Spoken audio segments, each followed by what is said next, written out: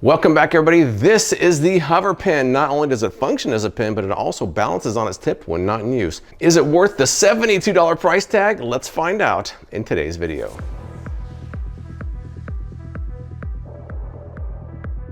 All right, let's flash back to the unboxing and overview and then get started. All right, here it is. It's nicely packaged. I paid 72 bucks for this.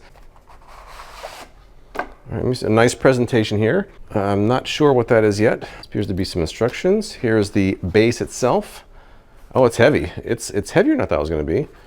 There's a refill there, which I'm not going to touch. And here is the pen itself. Now, the claims are that the pen stays perfectly balanced on its pedestal thanks to a magnetic cap. They say it can be used as a fidget toy, ergonomic grip.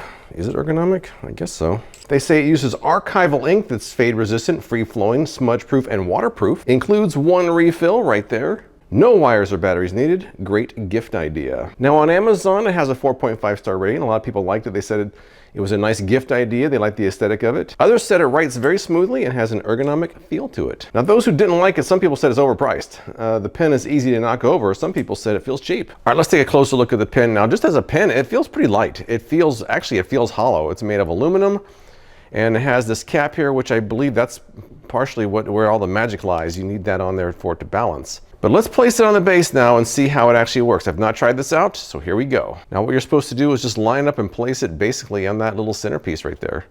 All right, so just putting it down there slowly. Oh, I can feel the magnets. I can feel the magnets pulling at it. But let's just put it in the center and see what happens. And, oh, there's actually resistance. Interesting. But if I put it down there, it stands up. What do you know? There you go. It works. Let me see, how stable is that now? Can I tap on it? Oh yeah, spin it. It's actually spinning, you can't tell, but it actually is spinning.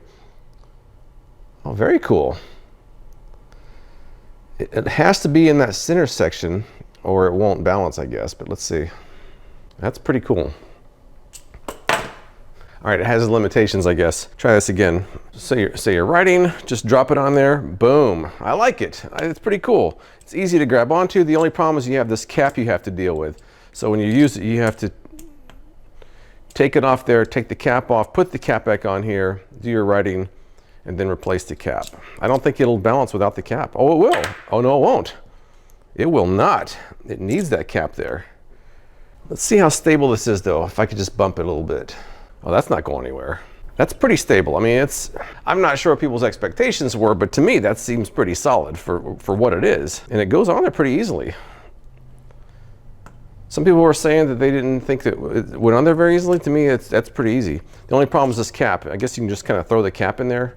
In the instruction sheet, they were showing the cap either on one of these little pillars here or right in the center. I guess it doesn't really matter as long as you throw it in there. I don't think the cap's a big deal. Some people complain about it. I think they're being nitpicky. Take the cap off, throw it in there, do your writing, put it back on there. Pretty cool. I like it. I think it's kind of convenient to just grab it like that. As far as the base goes, there's really not a lot to it. It's pretty heavy. Obviously, these are 4 magnets here, and there is an anti-slip pad on the bottom. So the base feels pretty sturdy. They also have this, they call it a tutorial card. I think it's just to help you practice where to place it because it doesn't even go all the way down. So they're basically just telling you to stick it in the center. I don't know if you really need that tutorial card. Well, at least I didn't. All right, so the hover feature does work, but you want it to work as a pen as well. You want some functionality out of it. Let's see how it works as an actual pen. All right, here we go. Taking the cap off, and let's see how it works as an actual pen. Now, my penmanship is not great, so please bear with me. The way I hold my pen is probably not great either, so bear with that as well.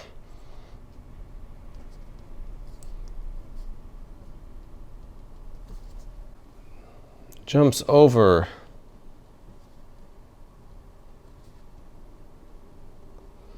Terrible handwriting, but just as a pen, it has a very thin tip to it.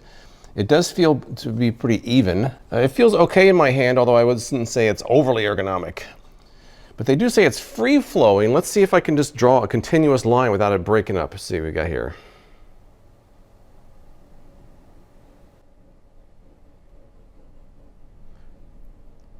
I would say the ink flow is pretty smooth. It's pretty even. It's a very fine tip, but it does seem to be doing pretty well as far as that goes. The cap is not really a factor to me. In fact, I like the fact that it has a cap to cover the tip up.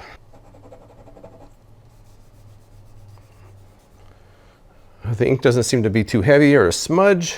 Trying a different kind of paper here. It feels really nice, actually. It's a very smooth delivery of the ink. As far as the pen goes, it's actually pretty good. You can go a little bit from light to dark. There's some sensitivity there. Not a lot, but some. If I press down hard, does it break? No. It's a pretty smooth pen. Just as a pen, it's pretty good. Is it $72 worth of pen? Maybe not. But it is a good pen. I wouldn't be disappointed using this. All right, so that's about it for this one. It is a quick review, but I think that the Hoverpen does work pretty well. I guess the question is, would you take what's a pretty good pen and tack on about another $50 or $60 in cost to make it hover? Maybe, some people might. It is a pretty cool conversation piece. If you have that sitting in your desk, it might break the ice a little bit. It's a pretty good gift idea. There's always a holiday around the corner, so with someone that it's hard to buy for, this might be a good choice as well. So regarding the cons on Amazon, I would say it's not that easy to knock over. It might be overpriced, but as far as the pros go, I would agree that it does work. It looks nice, and it's a pretty good pen. So if you've used the Hoverpen, tell me what you think in the comments below. I appreciate you watching, and I'll see you next time.